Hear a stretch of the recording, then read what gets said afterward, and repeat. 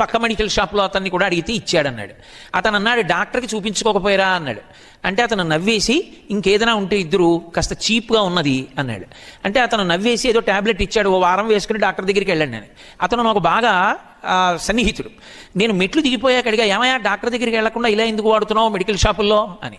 అతను అన్నాడు నాతో, డాక్టర్ గారి దగ్గరికి వెళితే 200 ఫీజు, బోల్డ్ అన్ని టెస్టులు, కోటేశ్వరరావు కొడుకు తెల్లవారితే ఎంసెట్ రాశాడు, వాడికి ఇంజనీరింగ్ ఫీజు కట్టాలి, పుస్తకాలు కొనాలి, ఇన్ని చేయించుకుంటే ఎక్కడి నుంచి వస్తుందండి, అదే తగ్గిపోతుంది, పర్వాలేదు లేదు, అందుకే ట్యాబ్లెట్ మెడికల్ షాప్లో అడిగానన్నాడు. నాకు ఎంత బాధేసిందో. తల్లిదండ్రులు వైద్యం చేయించుకోవడం మానేసి ట్యాబ్లెట్లు వేసుకుని మెడికల్ షాప్లో బ్రతుకుతున్న వాళ్ళు ఉన్నారు. చీర మంచిది కొనుక్కోవడం మానేసి మీకోసం డబ్బులు దాస్తున్న వాళ్ళు ఉన్నారు.